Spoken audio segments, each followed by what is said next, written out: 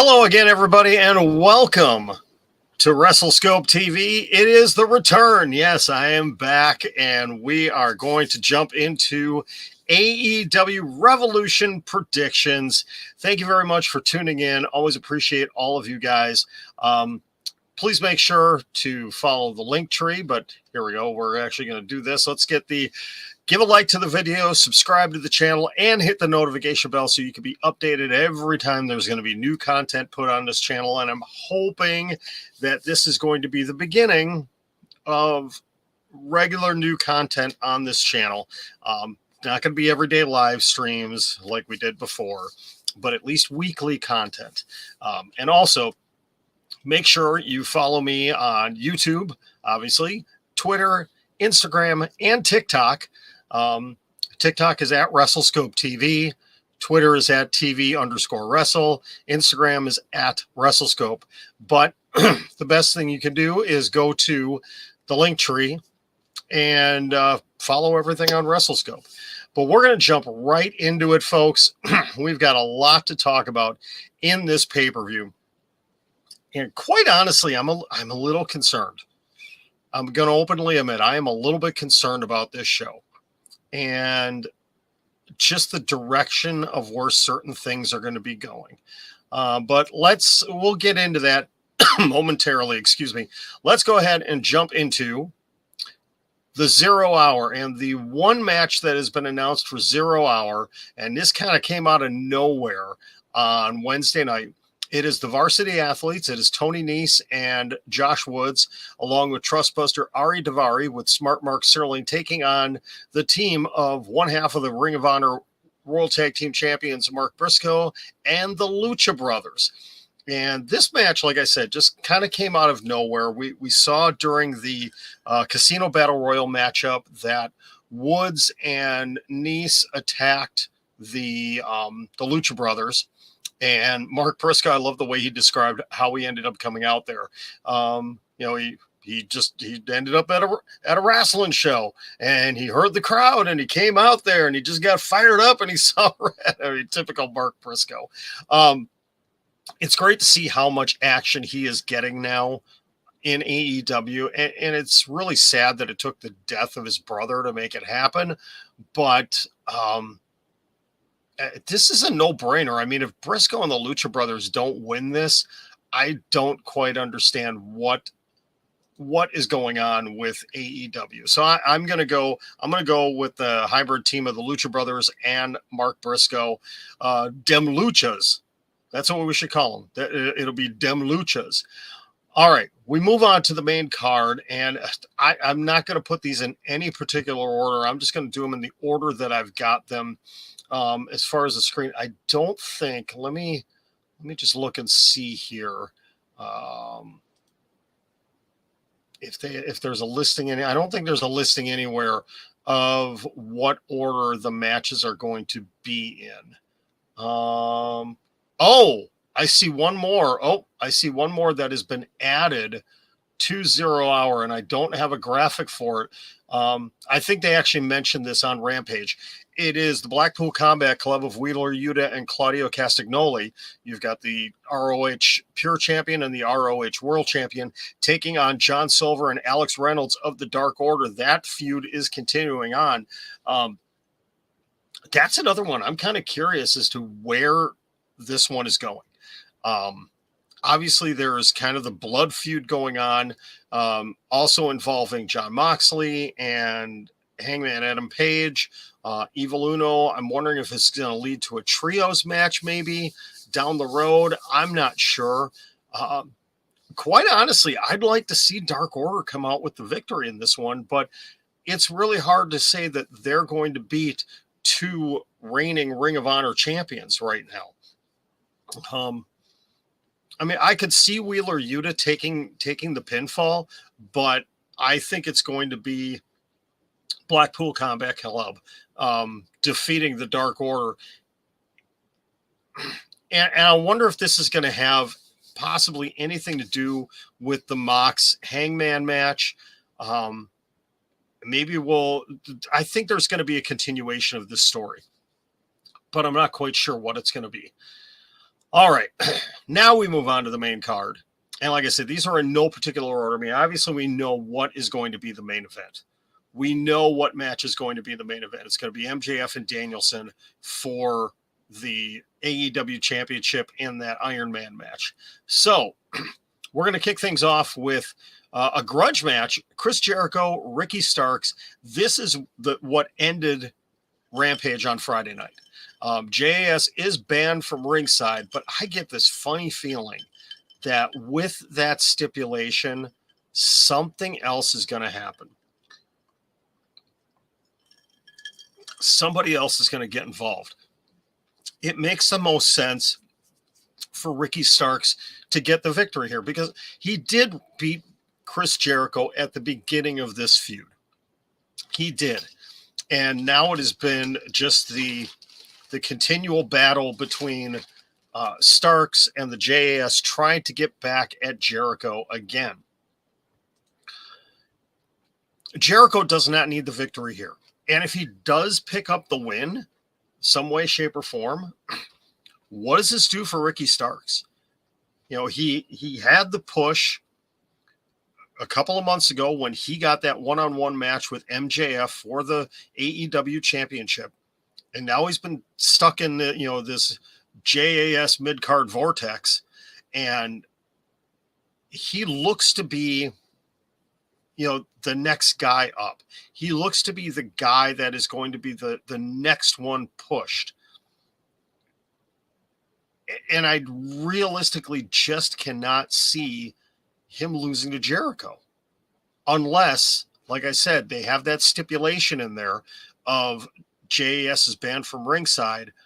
Are we going to see a new member of the JAS? I don't know. And if we do, who is it? I'd be interested to see if it's somebody from, maybe Ricky Starks' past in the NWA. Maybe there's somebody new coming in. I don't know. We'll have to see, but I'm going to go with Ricky Starks in this match. All right. Next up, we've got the Trios Championship. It is the House of Black, Malakai Black, Brody King, and Buddy Matthews taking on the AEW World's Trios Champions. It is the Elite. It is Kenny Omega. It is the Young Bucks. This one has been a long time in coming. This one, the build has been non-existent for this. This one definitely has a chance to be match of the night. And that's hard to say when you've got an Iron Man match between two great guys in MJF and Bryan Danielson. But I think this one, given enough time, you give this match 20 to 25 minutes, you're going to have an incredible match. I mean, you look at the talent in this match. I cannot wait. Yeah, I want to see Kenny Omega and Malakai Black, but I want to see Kenny Omega and Buddy Matthews. That's the one I want to see right there. And Brody King, he's a beast. The guy can do everything. This one is going to be great. I do not see after the best of 7 series that the Elite had with Death Triangle and them really not have any feuds with anybody else since getting those titles back. I really cannot see them dropping to House of Black right now. I could see it in the future. I could see House of Black being the ones, maybe a Double or Nothing, that end up winning the belts. If the Elite hang on to the belts here, they will lose them at Double or Nothing. That's my prediction for this. But I'm going to go with, and we speak of House of Black. We've talked about Dark Order, and he's back. It is the positive one who he's grown so much now. He's almost out of the screen. We're gonna have to adjust the camera here next time around. How are you, young sir? Good. Any words of wisdom for the WrestleScope Nation out there that you haven't talked to in months? Hi. He says hi. And you're still waiting for that match with -1, aren't you? Though I think he's got to wait another. I think you and him are both the same age, so I think you both have to wait 7 more years to get that AEW contract. But I think we're going to lay down the challenge right here. The positive one against the -1 in AEW in, let's see, 7 years would put us in 2030. There we go. There's your main event for Double or Nothing in 2030. All right. So let's make it happen. All right. Anything else you'd like to say to the nation? No? All right. Good night. Good night, sir. Thank you. All right.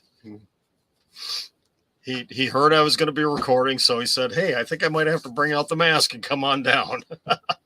All right. Let's move on to the AEW Women's Championship. And this one is interesting. You've got the AEW original Jamie Hayter, the world champion, Saraya, the outsider, and Ruby Soho, the wild card. I kind of like the story that they've been telling with this, though it's I don't know what direction it's going in. I don't want to see Jamie Hayter lose the championship yet, because she has been doing a great job as the AEW Women's Champion. Saraya, obviously it's meant for her at some point in time to win that championship. Is it right now? I don't know. Ruby Soho, I would love to see her win, but I think she's going to be the one, sadly, that ends up taking the pinfall in this match.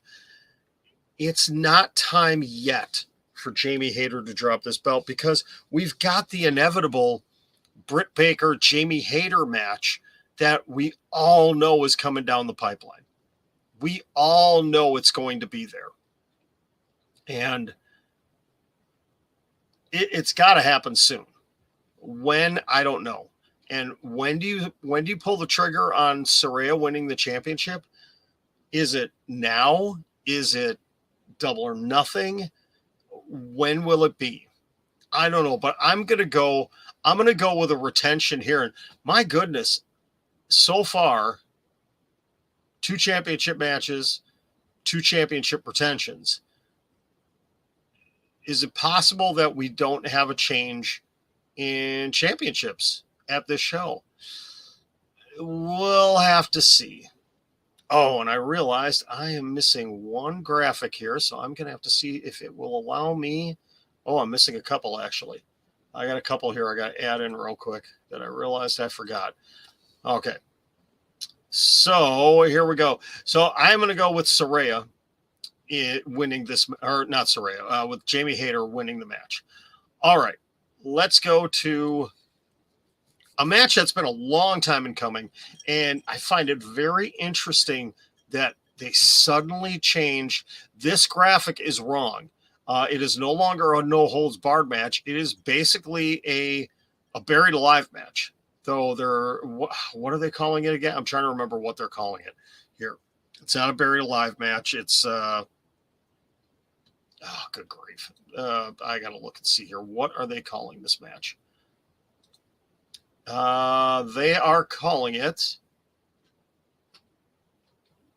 Oh, I don't know what they're calling. Well, anyways, basically, there's going to be a hole in the ground, and somebody's going to get thrown into it. I don't know if they're going to get buried, but this one has been a long time in coming. Christian Cage has been so evil against Jungle Boy Jack Perry, and he is another one of those guys that is just destined for stardom, destined to be a top guy in the company. And I think the time is now, because honestly, if Christian Cage wins this match, that will be the burial of Jungle Boy Jack Perry. How does he come back from this? And we haven't seen Luchasaurus in months. So is the big masked man, is he going to get involved in this? I certainly hope not. Because that means that Jack Perry is just not going to get away from this storyline. And he needs to. This needs to be the culmination of this storyline. Let them both move on to something else. And I think Jungle Boy needs to get this victory. And this is actually the perfect segue into this next match, yet another title match. And it is the grudge match between the King of TV, Samoa Joe, the TNT and the Ring of Honor World Television Champion, taking on Wardlow. Now, up until a couple of weeks ago, I would have said, yeah, I think Samoa Joe is going to retain. I think he is. Wardlow does not need the TNT Championship. But when he had that sit-down interview and he was talking about his dad and the importance of, of the hair and the ponytail and, why he grew his hair out, to honor his dad. And Joe took that away and he can never get it back. I believe we do not need to see a guy with two belts. I think Samoa Joe is going to be putting more of his focus on Ring of Honor now after this, but also I think this is setting up because remember on Wednesday night, Powerhouse Hobbs, who won the Revolution, was it the King of the Revolution match? He got the golden donut. So he gets the TNT Championship spot. I wouldn't be surprised if Samoa Joe retained to allow for Powerhouse Hobbs to win because Will Hobbs has been getting a huge reaction. Now, obviously, this past week, he's from the Bay Area, so he's in his hometown. The pop has been huge. I could see him coming out. Powerhouse Hobbs is going to come out and confront whoever the winner of this match is. And he is going to get that hometown pop. And if that's going to happen, I cannot foresee Wardlow winning this match. I think they are setting up for Powerhouse Hobbs to win the title coming up on Dynamite on Wednesday night. I think that is the perfect thing to do. Give him the push, give him the run, have him defeat Samoa Joe. So in a shocking call here, I'm going to say Samoa Joe retains and Wardlow is either going to move over to Ring of Honor and continue his battle with Samoa Joe and battle for that Ring of Honor television champion, or Wardlow is going to move on to something else.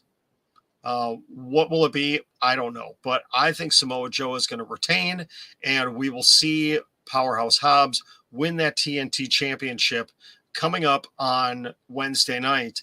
And inevitably, we will have Jungle Boy Jack Perry somewhere down the line challenge Powerhouse Hobbs for that championship.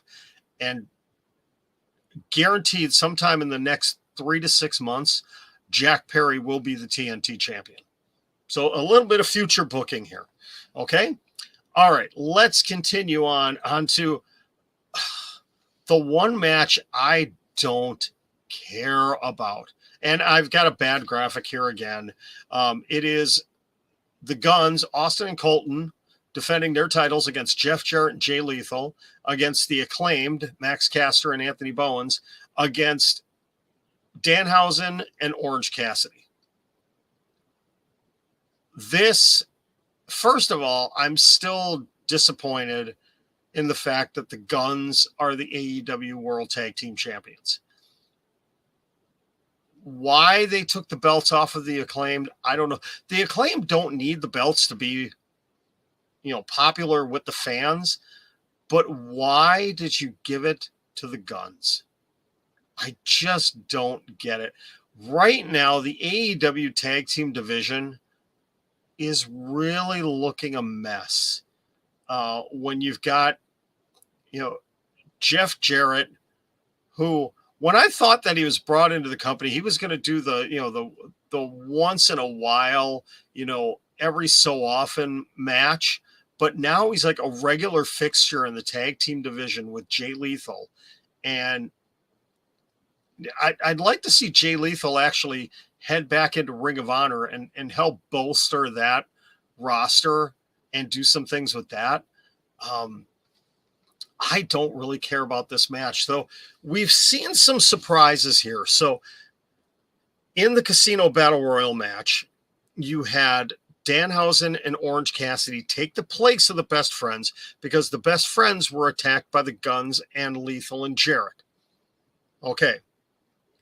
Orange Cassidy did double duty last week, Wednesday, defending his All-Atlantic Championship and then teaming with Danhausen in what was kind of a weird ending to that match. I mean, it was cool to see Danhausen eliminate Butcher and the Blade, but it was just kind of a wonky ending, in my opinion.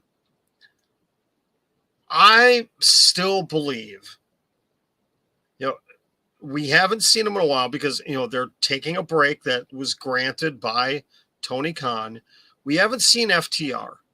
And the conclusion to the feud with FTR and the Guns is not there yet. And I believe we are going to see those guys come back very soon, recapture the AEW Tag Team Championships from the Guns, and hopefully stick around in AEW for a while. They'll re-sign. I don't know. I would not be surprised if we saw Danhausen and Orange Cassidy taken out just like the Best Friends were. Whether it's by Jarrett and Lethal, whether it's by the Guns, whatever, because they want to have that 4-on-2 advantage over the Acclaimed. And Tony Khan announces, all right, you've taken these guys out. Well, it still needs to be a 4-way match. And I found the perfect team to bring in to challenge. And it's a returning FTR. I'd really love to see that. Will we? I don't know. If we don't see FTR return at Revolution, I really wouldn't be shocked if we saw him return at Dynamite this week. Just saying. If it remains the 4 teams that it is, I see the Guns retaining. If Orange Cassidy and Danhausen get taken out, I can see the team that replaces them, whoever it may be, winning the titles. So I know I'm kind of hedging my bets here. I'm going to go with if it's the 4 that are listed and nothing changes, sadly, the Guns retain. On to the Texas Death Match, and this one's going to get bloody, and it's going to be brutal. It is Jon Moxley taking on Hangman Adam Page in what will hopefully be the final match in the series between these guys, because one, Jon Moxley needs to finally take that vacation that he has been meaning to take and didn't get to take because of what happened at All Out last year with the Brawl Out. Hangman Adam Page, he obviously needs to move on to something else as well, whether that's reuniting with the Elite, if it's doing something with the Dark Order, I don't know. Both of these guys need to move on. Who needs to win this match more? I think Hangman Adam Page needs this win a lot more than Jon Moxley does. Moxley, if he's going to take some time off, and a Texas Death Match is a perfect way to write him off of TV for a little while, just so he can go take a vacation with his wife, enjoy that time, enjoy the well-earned time off because he definitely has earned it. I think storyline-wise, it makes the most sense for Hangman to get the victory here and move on to something else. And that can mean, Moxley, honestly, he could take a month off, 2 months off, come back in the ramp up for Double or Nothing and have some sort of a huge match going into Double or Nothing. I think that's perfect. He doesn't need to be on TV for the next 4 to 6 weeks. Give him some time off. The guy deserves it. Get some time away, rest up a little bit, and head into the summer, be ready to just, destroy everybody again. So I'm going to go with Hangman Adam Page in this one, though I wouldn't be shocked if it went the other way. I really wouldn't be, but I'm going to go with Hangman Adam Page winning this match. I believe now we are up to the main event of the show, and it is the 60-man Iron Man match for the AEW World Championship. It is the AEW World Champion Maxwell Jacob Friedman, MJF, taking on the American Dragon, Bryan Danielson. This one, I can see this match going very much the way the WrestleMania, which was it, 12? 13? I forget which one it was. The WrestleMania match between Shawn Michaels and Bret Hart. Where the boyhood dream was realized. I could see this one going, maybe there's only 2 pinfalls. I don't think it's going to go to sudden death overtime. I think it will be a 2-1 victory for whomever it is. I see it being a heavy back and forth. MJF will work on that shoulder of Bryan Danielson. MJF will get an early pin. We'll get a first pinfall in the first half an hour of the match. And it might be a submission hold. It might be the salt of the earth arm bar. And Bryan Danielson has to quickly submit just to be able to get out of the hold and protect any further damage on his shoulder. I think it'll be 1-1 by the time we get to about the 45-minute mark of the match. There will be a lot of near falls in the final 15 minutes. And obviously MJF is going to cheat somehow, some way to win. He's going to. That's just who he is. He doesn't need to win clean. It's perfectly fine if he doesn't. Whether he brings out that Dynamite Diamond ring, if he uses something else, I think we're going to see a lot of shots, attempted shots to the head for Bryan Danielson, because MJF is going to want to prove the whole head injury thing, and the concussions. He's going to play that up as well. So he's got 2 things. He's got the shoulder and he's got the head, and he's going to work towards that. And it's going to be a cheap, not really a cheap victory, but it's going to the deciding pinfall. The deciding fall is going to come in the last 3 minutes of the match. And Bryan Danielson is going to be working hard, in that last 2 to 3 minutes to get something. And maybe it'll be Bryan Danielson has MJF in the bell lock for a minute and a half, and MJF refuses to tap out. He won't tap out. And as the bell rings at the 60-minute mark, MJF then passes out from the hold. After the bell has rung, he hangs on for the 2-1 win and then passes out. That would be a great story to tell, because there just wasn't enough time. MJF was strong and he held on.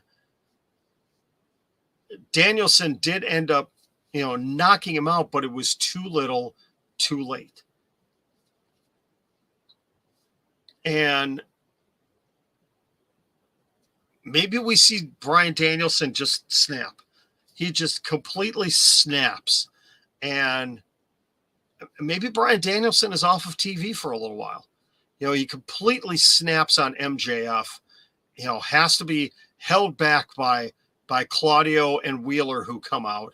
And then he snaps on them.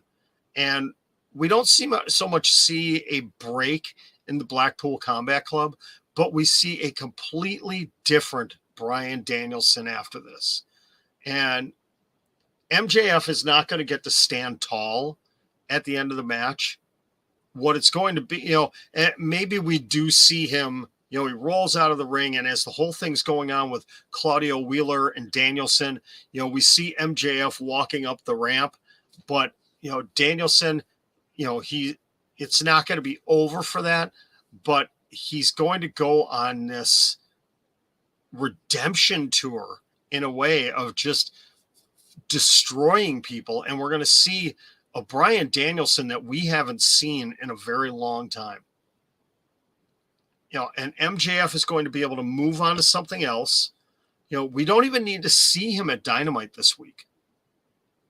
Unless, could we see next Wednesday on Dynamite, we're supposed to see the return of Adam Cole very soon, and it could be as early as this Wednesday night.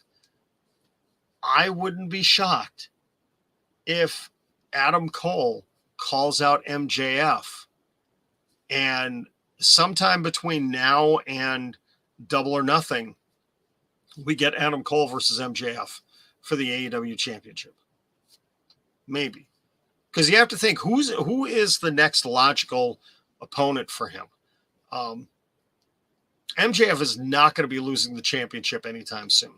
So you've got to put guys in front of him that can afford to take losses, and it's not going to hurt them.